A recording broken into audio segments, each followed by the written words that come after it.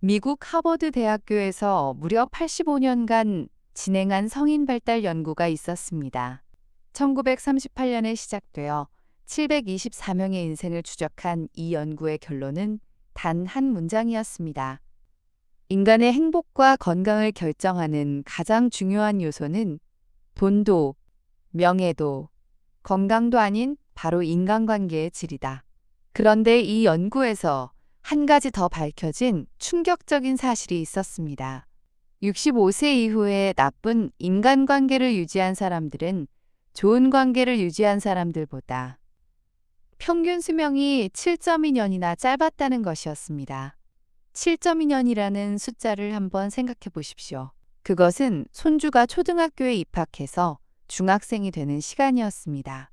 그 시간을 누군가는 살았고 누군가는 살지 못했습니다. 단지 곁에 어떤 사람을 두었느냐의 차이 때문이었습니다. 일본의 노년학 연구소에서도 비슷한 조사를 진행했습니다. 70세 이상 노인 200명을 대상으로 10년간 추적한 결과 스트레스를 주는 친구와 정기적으로 만나는 노인의 치매 발병률이 그렇지 않은 노인보다 2.4배 높았습니다. 혈압, 심장, 질환, 우울증 발병률도 마찬가지였습니다. 나이가 들수록 몸의 면역 체계가 약해지는데 정서적 스트레스는 그 약해진 면역 체계를 더욱 무너뜨렸던 것이었습니다. 오늘 이 이야기는 단순히 나쁜 친구를 멀리하라는 뻔한 조언이 아닙니다. 65세라는 나이가 지난 후에 우리가 정말로 경계해야 할 5가지 유형의 사람들에 대한 이야기입니다.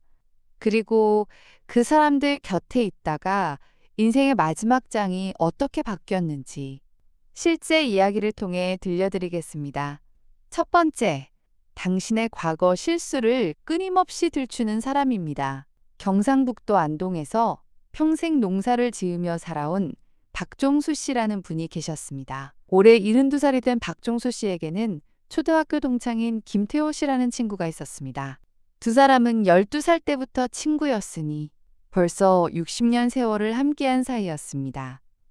마을 사람들은 두 사람을 보며 저렇게 오래된 우정이 또 있겠느냐며 부러워했습니다. 그런데 두 사람의 우정 속에는 아무도 모르는 날카로운 가시가 하나 박혀 있었습니다.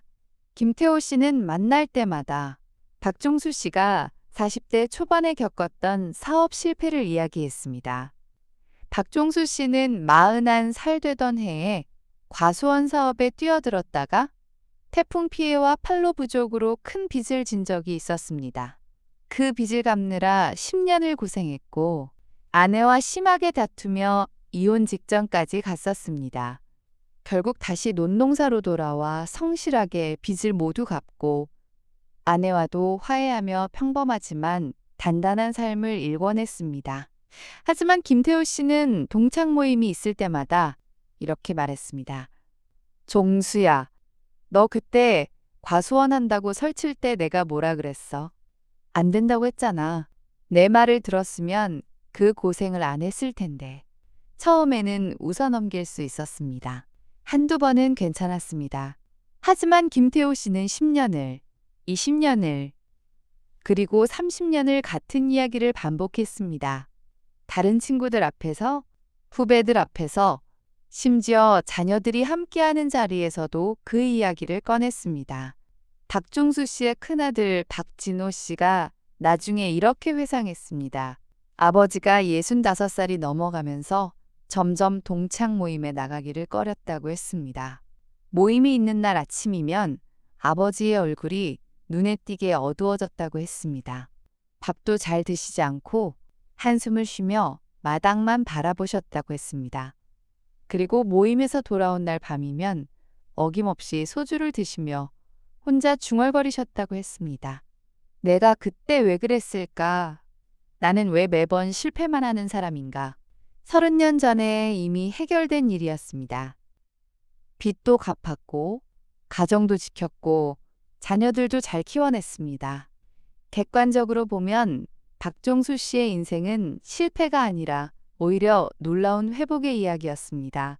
하지만 김태호 씨라는 친구가 끊임없이 과거의 상처를 들추었기 때문에 박종수 씨는 자기 인생을 실패로 기억하게 되었습니다. 상황이 심각해진 것은 박종수 씨가 69살 되던 해였습니다. 건강검진에서 경도 우울증 진단을 받았습니다. 의사는 특별한 스트레스 원인이 있느냐고 물었습니다. 박종수 씨는 대답하지 못했습니다. 그가 스트레스를 받고 있다는 사실조차 스스로 인식하지 못하고 있었기 때문이었습니다. 그저 오래된 친구와 만나는 것이 왜 이렇게 힘들까? 내가 체력이 떨어져서 그런가 보다 하고 생각했을 뿐이었습니다. 결국 박종수 씨의 아내인 이순옥 씨가 남편의 변화를 눈치채고 나섰습니다. 이순옥 씨는 남편에게 조심스럽게 말했습니다. 당신 태호 씨 만나고 오면 항상 기운이 없어. 나는 그게 걱정이야. 좋은 친구라면 만나고 나서 기분이 좋아져야 하는 것 아닌가. 박종수 씨는 처음에는 아내의 말에 화를 냈습니다. 60년 우정을 함부로 판단하지 말라고 했습니다. 하지만 마음 한편으로는 아내의 말이 맞다는 것을 알고 있었습니다. 박종수 씨는 큰 결심을 했습니다. 동창 모임에는 계속 나가되 김태호 씨와 단둘이 만나는 것은 줄이기로 했습니다. 그리고 놀라운 일이 일어났습니다. 김태호 씨와의 만남 횟수가 줄어들자 박종수 씨의 수면의 질이 좋아졌습니다. 아침에 일어나 마당을 쓸며 콧노래를 부르기 시작했습니다. 3개월 후 다시 받은 검사에서 우울증 수치가 정상으로 돌아왔습니다. 당신의 곁에도 이런 사람이 있지 않습니까? 만날 때마다 당신이 이미 극복한 과거의 실수를, 이미 치유된 옛 상처를 굳이 다시 꺼내어 당신 앞에 펼쳐놓는 사람 말입니다. 65세가 넘으면 남은 시간은 과거를 후회하기 위한 시간이 아닙니다.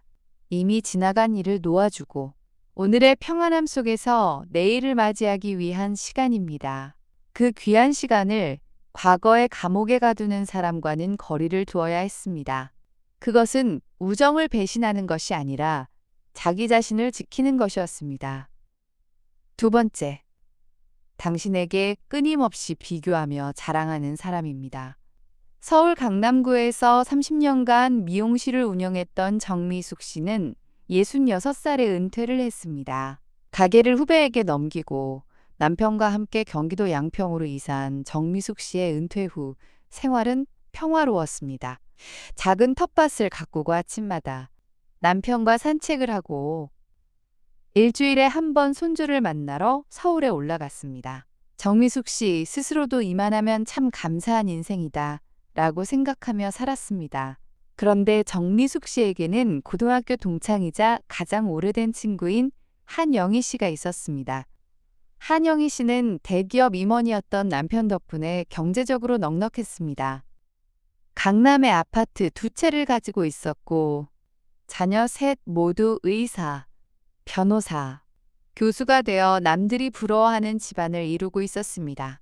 한영희 씨 개인적으로도 능력 있는 사람이었고 그 삶은 분명 축복받은 것이었습니다. 문제는 한영희 씨가 정미숙 씨를 만날 때마다 자신의 삶을 자랑하면서 은근히 정미숙 씨의 삶과 비교한다는 것이었습니다. 한 달에 한 번 서울에서 만나는 점심자리에서 한영희 씨는 이런 이야기를 했습니다. 미수가 우리 큰아들이 이번에 교수 승진했어. 너네 아들은 요즘 뭐해? 아직 그 회사 다녀? 우리는 다음 달에 유럽 여행 가. 너는 양평만 있으면 답답하지 않아? 우리 손주가 영재 판정을 받았는데 너네 손주는 어린이집 잘 다니고 있어? 한영희 씨의 말에는 직접적인 악의가 없었을 수도 있었습니다. 어쩌면 자신의 행복을 친구와 나누고 싶었던 것인지도 모릅니다. 하지만 듣는 사람의 마음은 달랐습니다. 정미숙 씨는 그 점심자리에서 돌아오는 버스 안에서 항상 눈물이 났다고 했습니다. 양평의 작은 집이 초라해 보였습니다. 성실하게 회사를 다니는 아들이 부족해 보였습니다. 건강하게 잘 크고 있는 손주가 평범해 보였습니다. 분명 아침까지만 해도 감사했던 삶이 점심 한 끼를 먹고 나면 불행한 삶이 되어 있었습니다. 정미숙 씨는 점점 자신감을 잃어갔습니다. 남편에게 짜증을 내기 시작했습니다. 당신이 좀 더 잘 벌었으면 우리도 강남에 살았을 텐데. 우리 아들은 왜 공부를 좀 더 안 시켰을까? 남편인 김도영 씨는 갑자기 달라진 아내가 이해되지 않았습니다. 분명 얼마 전까지만 해도 행복하다고 했는데 서울에 다녀오기만 하면 불만이 쏟아졌기 때문이었습니다. 상황의 심각성을 깨달은 것은 정미숙 씨의 딸 김수진 씨였습니다. 어머니가 한영희 씨를 만나고 온 날이면 어김없이 전화가 와서 한숨을 쉬며 이런저런 불만을 쏟아낸다는 패턴을 발견한 것이었습니다. 김수진 씨는 어머니에게 조심스럽게 물었습니다. 엄마 영희 이모 만나면 기분이 좋아? 아니면 나빠? 정미숙 씨는 한참을 침묵하다가 솔직하게 대답했습니다. 솔직히 나빠. 만나기 전에는 내 삶이 괜찮다고 느끼는데 만나고 나면 내가 초라해져. 김수진 씨가 말했습니다. 그러면 왜 계속 만나? 정미숙 씨는 50년 넘은 친구인데 어떻게 안 만나느냐 고답했습니다. 그 대답 속에 많은 사람들이 빠지는 함정이 있었습니다. 우정의 길이가 우정의 질을 보장하지는 않는다는 사실을 간과하고 있었던 것이었습니다. 서울대학교 심리학과의 한 연구에 따르면 65세 이상 노인이 사회적 비교를 자주 경험할수록 자존감이 급격히 떨어지며 이는 곧바로 신체 건강 악화로 이어진다고 했습니다. 젊었을 때는 나도 열심히 해서 저렇게 되어야지 라는 동기부여가 될 수 있었지만 은퇴 이후에는 더 이상 변화시킬 수 없는 것들에 대한 비교가 되기 때문에 순수한 좌절감으로만 남게 된다는 것이었습니다. 정미숙 씨는 결국 한영희 씨와의 만남을 한 달에 한 번에서 석 달에 한 번으로 줄였습니다. 그리고 양평 지역에서 만난 텃밭 동호회 친구들과 더 많은 시간을 보내기 시작했습니다. 새 친구들은 서로의 토마토가 얼마나 잘 자랐는지, 고추 모종을 어디서 샀는지를 이야기했습니다. 누구의 삶이 더 낫고 못하다는 비교는 없었습니다. 정미숙 씨는 텃밭 친구들과 함께하는 시간이 늘어나면서 다시 자신의 삶에 감사할 수 있게 되었다고 했습니다. 당신의 삶을 만난 후에 초라하게 만드는 친구는 아무리 오래 알고 지낸 사이라도 건강한 친구가 아니었습니다. 65세가 넘으면 비교는 독약이 되었습니다. 당신의 삶을 있는 그대로 인정해주고 함께 소박한 기쁨을 나눌 수 있는 사람이야말로 진짜 친구였습니다. 세 번째, 당신에게 돈을 빌리고 갚지 않거나 경제적으로 이용하는 사람입니다. 부산 해운대에서 횟집을 운영하다 63세 은퇴한 최동길 씨에게는 40년 넘게 알고 지낸 친구 이만수 씨가 있었습니다. 두 사람은 25살 때 같은 수산시장에서 일하며 만났고 이후 각자의 길을 걸으면서도 우정을 이어왔습니다. 최동길 씨는 횟집 장사가 잘 되어 은퇴할 때 적지 않은 노후 자금을 모아두었습니다. 이만수 씨는 여러 사업을 전전하다가 번번이 실패하여 경제적으로 넉넉하지 못한 형편이었습니다. 이만수 씨가 처음 돈을 빌린 것은 최동길 씨가 64살 때였습니다. 동길아, 형편이 좀 어려운데 500만 원만 빌려줄 수 있겠나? 2달 안에 갚을게. 오래된 친구의 부탁이었습니다. 최동길 씨는 한치의 망설임도 없이 빌려주었습니다. 하지만 2달이 지나도 석 달이 지나도 반년이 지나도 이만수 씨는 돈을 갚지 않았습니다. 갚겠다는 말도 하지 않았습니다. 마치 빌린 적이 없는 것처럼 행동했습니다. 최동길 씨는 차마 독촉을 하지 못했습니다. 40년 우정인데 500만 원 때문에 관계가 틀어지면 어떡하나 하는 마음이었습니다. 그런데 문제는 여기서 끝나지 않았습니다. 반년 뒤 이만수 씨가 다시 연락을 해왔습니다. 이번에는 1,000만 원이었습니다. 이번에 확실한 사업건이 있는데 한 달만 빌려주면 이자까지 쳐서 갚겠다. 최동길 씨는 망설였지만 또 빌려주었습니다. 전에 빌린 500만 원도 갚지 않은 사람에게 다시 1000만 원을 빌려준 것이었습니다. 최동길 씨의 아내 송민정 씨는 처음부터 반대했습니다. 여보, 그 사람은 갚을 사람이 아니야. 우리 돈이 무한한 줄 아나. 하지만 최동길 씨는 남자들 사이의 의리를 모른다며 아내의 말을 무시했습니다. 그리고 그 후로도 이만수 씨의 부탁은 계속되었습니다. 300만 원, 200만 원, 500만 원. 이런 식으로 3년에 걸쳐 최동길 씨가 이만수 씨에게 빌려준 돈은 총 4천만 원이 넘었습니다. 결정적인 사건은 최동길 씨가 67살이 되던 해에 일어났습니다. 최동길 씨가 무릎 인공관절 수술을 받아야 하는 상황이 온 것이었습니다. 수술비와 재활비를 합하면 상당한 금액이 필요했습니다. 최동길 씨는 이만수 씨에게 조심스럽게 연락했습니다. 만수야, 내가 수술을 해야 하는데 전에 빌려준 돈 중에 좀만 갚아줄 수 있겠나? 이만수 씨의 대답은 최동길 씨의 가슴에 대못을 박았습니다. 형편이 안 되어서 지금은 못 갚아. 어디 다른 데서 좀 마련해봐. 그 순간 최동길 씨는 40년 우정이 무너지는 소리를 들었다고 했습니다. 내가 어려울 때 한마디 위로도 없이 내가 빌려준 돈을 당연하게 여기며 내 아픔에는 관심조차 없는 사람. 그 사람을 위해 4천만 원이라는 노후 자금을 허공에 날린 것이었습니다. 4천만 원이면 최동길 씨 부부가 5년간 편안하게 생활할 수 있는 돈이었습니다. 결국 최동길 씨는 수술비를 마련하기 위해 자녀에게 손을 벌려야 했습니다. 평생 자식에게 폐를 끼치지 않겠다고 다짐했던 최동길 씨에게 그것은 가장 큰 수치였습니다. 큰아들은 아버지에게 돈을 드리면서 이렇게 말했습니다. 아버지, 이만수 아저씨한테 빌려준 돈 이제 그만 잊으세요. 그리고 그 사람도 이제 그만 보세요. 최동길 씨의 눈에서 눈물이 흘렀습니다.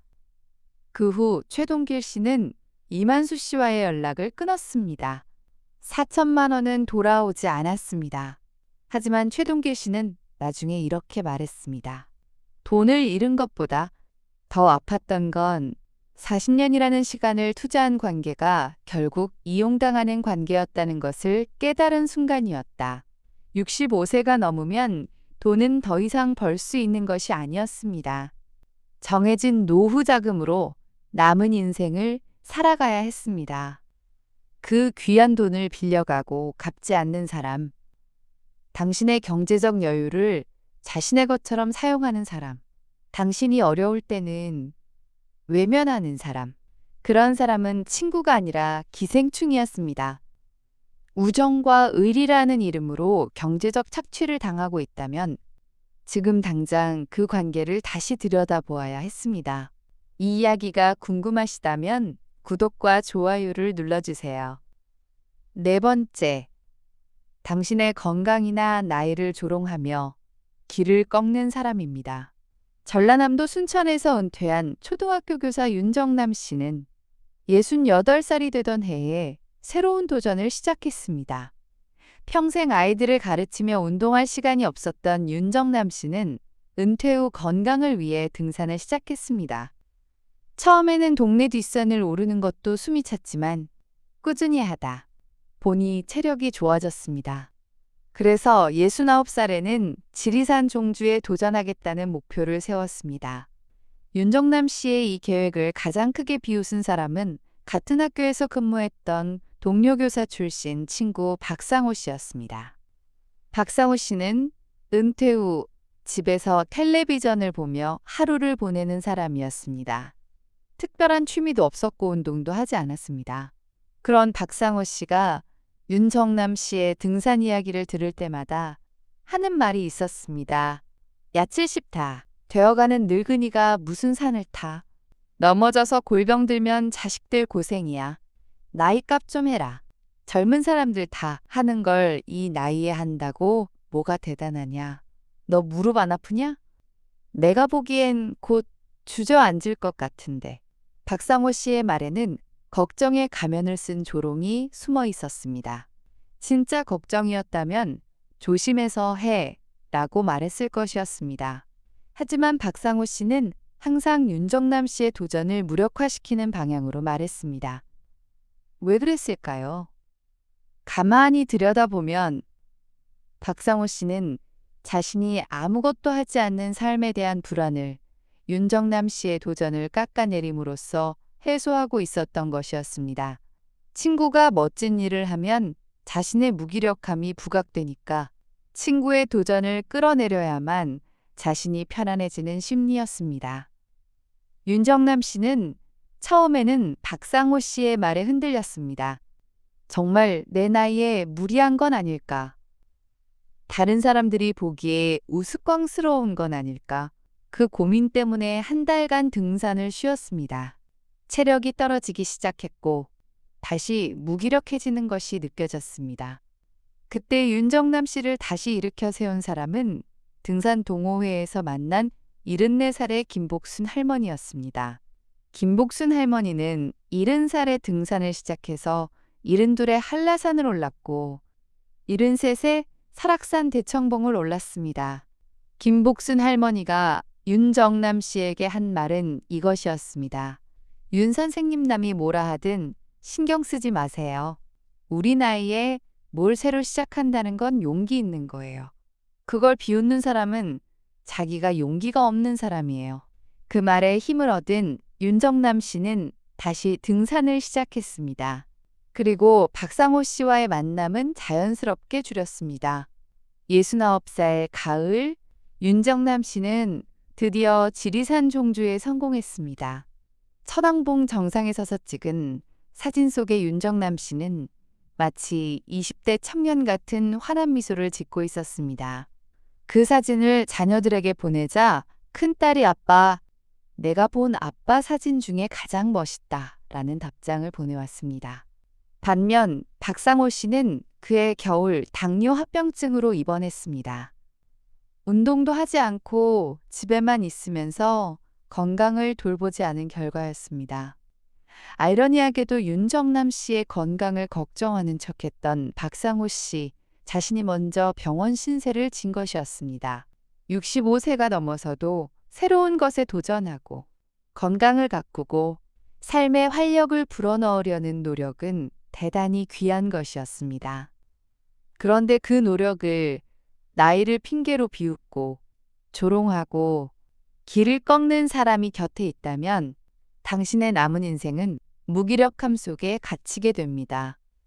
당신의 도전을 응원하는 사람, 당신의 나이가 아니라 당신의 용기를 보는 사람, 그런 사람이 진짜 친구였습니다. 나이를 무기로 삼아 당신을 주저앉히려는 사람과는 거리를 두어야 했습니다. 5번째, 불행과 불만만 쏟아내며 당신의 에너지를 빨아들이는 사람입니다. 대전광역시에서 35년간 약국을 운영했던 김영자 씨는 65살에 약국을 정리하고 은퇴했습니다. 은퇴 후 김영자 씨의 가장 큰 낙은 매주 수요일마다 만나는 5명의 친구 모임이었습니다. 고등학교 때부터 알고 지낸 친구들이었고 50년 가까이 이어온 모임이었습니다. 매주 수요일 오전 11시에 대전 시내의 한 카페에 모여 점심을 먹고 차를 마시며 이야기를 나누었습니다. 그런데 5명의 친구 중 한 명인 오순자 씨가 있었습니다. 오순자 씨는 매번 만남의 처음부터 끝까지 불평과 불만으로 시간을 채우는 사람이었습니다. 오순자 씨의 이야기는 항상 같은 패턴이었습니다. 며느리가 자기를 무시한다는 이야기, 아들이 효도를 하지 않는다는 이야기, 정부가 노인을 홀대한다는 이야기, 세상이 점점 나빠지고 있다는 이야기, 물가가 올라서 살 수가 없다는 이야기. 2시간 동안의 모임에서 오순자 씨가 말하는 시간은 1시간 반이 넘었습니다. 나머지 4사람은 그저 듣고 있어야 했습니다. 처음에는 친구의 어려움을 들어주는 것이 우정이라고 생각했습니다. 김영자 씨를 포함한 나머지 4명은 오순자 씨의 이야기를 경청하고 위로하고 조언을 해주었습니다. 하지만 놀라운 것은 오순자 씨가 위로를 원하지도 조언을 듣지도 않았다는 것이었습니다. 며느리와 대화를 해봐 라고 조언하면 네가 우리 며느리를 몰라서 하는 소리라고 일축했습니다. 좋은 면도 있지 않겠냐. 고 위로하면 네가 내 상황이 아니니까 그렇게 말하는 거야 라고 화를 냈습니다. 오순자 씨에게 필요한 것은 해결이 아니라 끝없는 동조였습니다. 맞아. 내 말이 맞아. 세상이 나빠. 며느리가 나빠. 다 나빠. 라고 함께 불평해 주기를 바라고 있었습니다. 3년이 지나면서 이 모임에 변화가 생기기 시작했습니다. 5명 중 2명이 먼저 모임에서 빠지기 시작했습니다. 한 명은 솔직하게 말했습니다. 수요일 모임 가려면 화요일 밤부터 기분이 안 좋아져. 나는 좀 쉴게. 또 한 명은 건강을 핑계로 서서히 발을 뺐습니다. 결국 모임은 김영자 씨와 다른 친구 1명, 그리고 오순자 씨 3사람만 남게 되었습니다. 그런데 김영자 씨도 점점 이상한 변화를 느끼기 시작했습니다. 수요일 모임에서 돌아온 날 저녁이면 온몸에 힘이 빠지며 아무것도 하고 싶지 않았습니다. 남편이 산책 가자고 해도 힘들어 라고 거절했습니다. 손주와 영상통화를 해도 예전 같은 활력이 없었습니다. 그리고 놀랍게도 김영자 씨 자신도 점점 불평이 늘어나기 시작했습니다. 평소에는 감사하다고 생각했던 일들에 대해서도 불만을 찾게 되었습니다. 이것은 심리학에서 말하는 감정 전염이었습니다.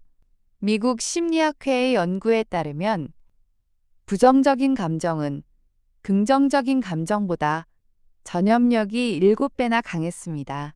특히 65세 이상의 노인은 감정 조절 능력이 젊었을 때보다 떨어지기 때문에 부정적 감정에 노출되면 그 영향을 더 크게, 더 오래 받는다고 했습니다. 김영자 씨의 남편 이준호 씨가 변화를 감지했습니다. 당신 수요일마다 모임 가더니 점점 얼굴이 어두워지고 있어. 뭐가 문제야? 김영자 씨는 그때서야 자신에게 무슨 일이 일어나고 있는지를 깨달았습니다. 오순자 씨의 끝없는 부정적 에너지가 자신에게 스며들고 있었던 것이었습니다. 김영자 씨는 큰 결심을 했습니다. 오순자 씨에게 직접 말했습니다. 순자야, 우리 다음에 만날 때는 좋은 이야기만 하자.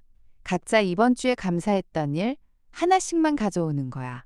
오순자 씨의 반응은 싸늘했습니다. 너까지 내 이야기를 듣기 싫다는 거야? 그래, 다들 나를 피하더라. 너도 그런 거지.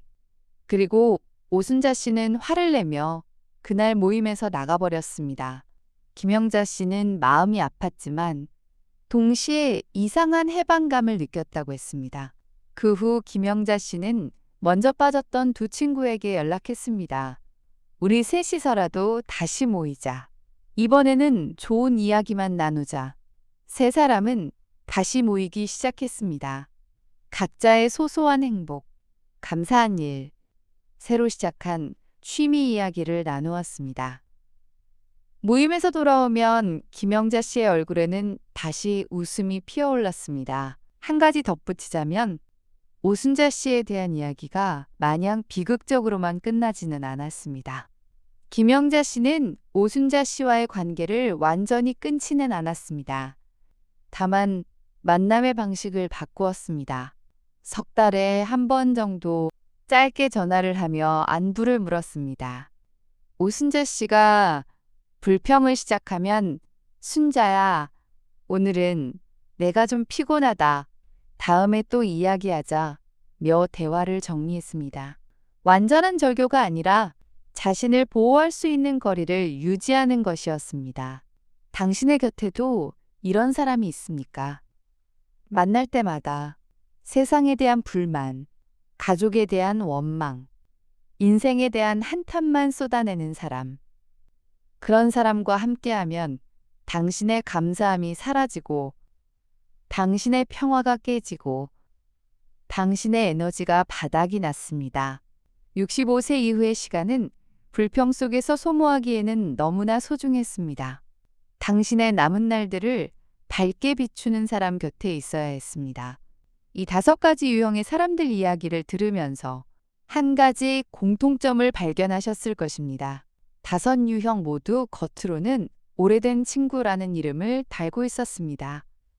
30년, 40년, 50년의 세월이 그 관계에 무게를 더하고 있었습니다.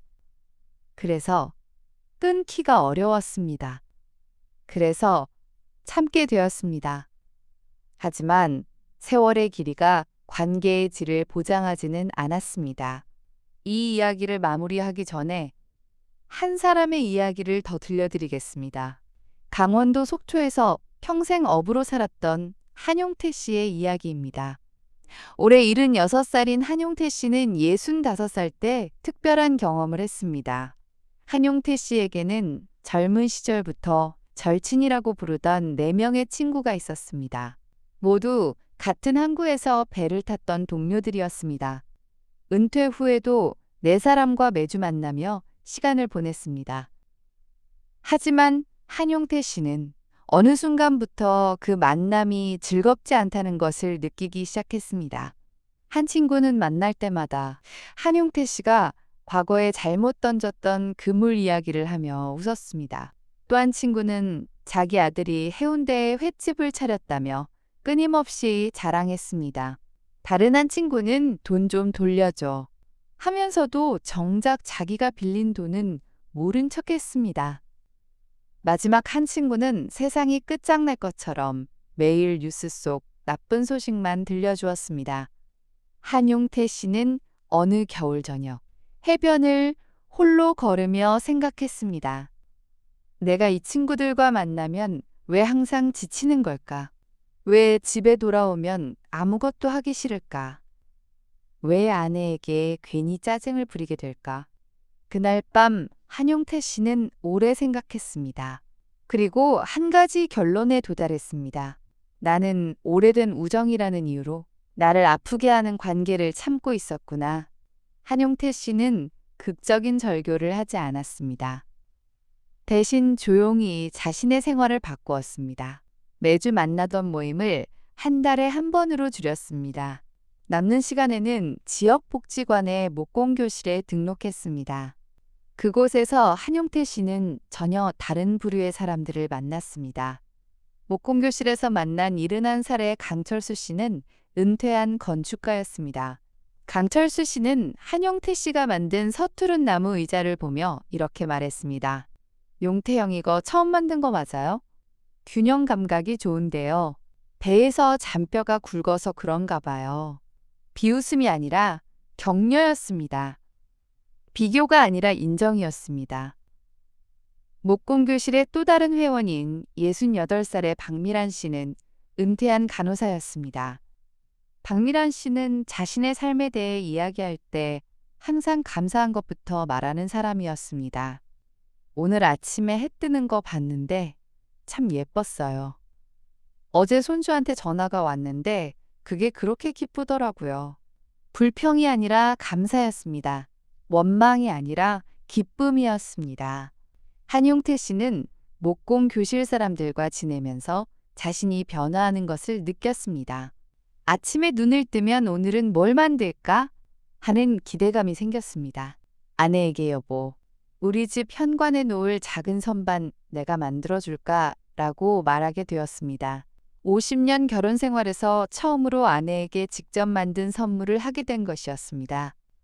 아내 박순애 씨는 남편이 만든 서투르지만 정성 가득한 나무 선반을 보며 울었습니다. 한용태 씨의 변화는 여기서 그치지 않았습니다.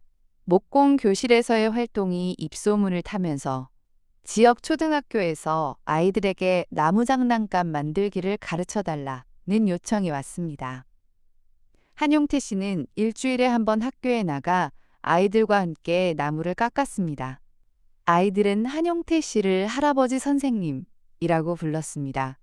어부 시절 바다 이야기를 해달라고 졸랐습니다.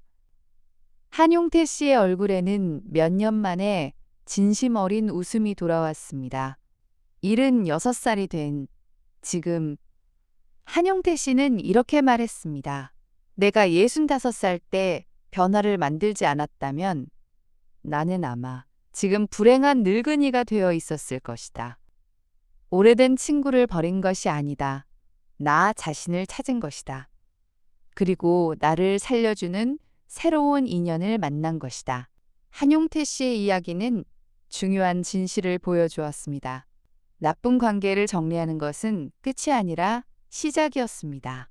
비어진 자리에 좋은 사람이 들어왔습니다.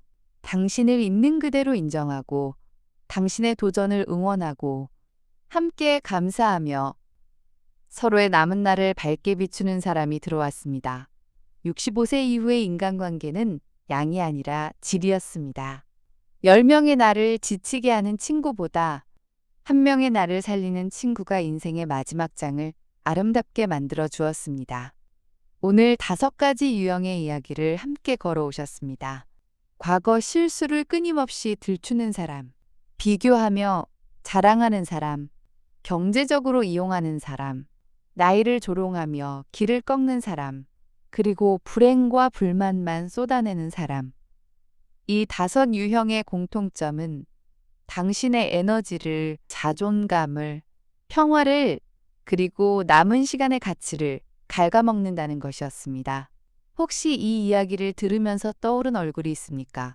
있다면 오늘 밤 조용히 생각해 보시기를 바랍니다. 그 사람과 만나고 나면 당신의 마음이 어떤 상태가 되는지를, 가벼워지는지 무거워지는지를, 웃음이 나는지 한숨이 나는지를, 그것이 답이었습니다. 관계를 정리한다는 것이 꼭 절교를 의미하지는 않았습니다. 만남의 횟수를 줄이는 것, 대화의 깊이를 조절하는 것, 자신을 보호할 수 있는 적절한 거리를 유지하는 것, 그것만으로도 충분했습니다. 중요한 것은 당신 자신의 편이 되어주는 것이었습니다. 65세 이후의 시간은 신이 우리에게 주신 보너스와 같았습니다. 그 귀한 시간을 당신을 아프게 하는 사람에게 쓸 이유가 없었습니다. 남은 시간이 많든 적든 그 시간을 당신을 살리는 사람 곁에서 감사와 웃음 속에서 평화로운 마음으로 보내시기를 진심으로 바랍니다. 오늘 이 이야기가 당신의 마음에 작은 울림이 되었기를 바랍니다. 당신은 좋은 사람 곁에 있을 자격이 있는 사람이었습니다. 당신은 행복할 자격이 있는 사람이었습니다. 그것을 잊지 마십시오. 구독과 좋아요는 큰 힘이 됩니다.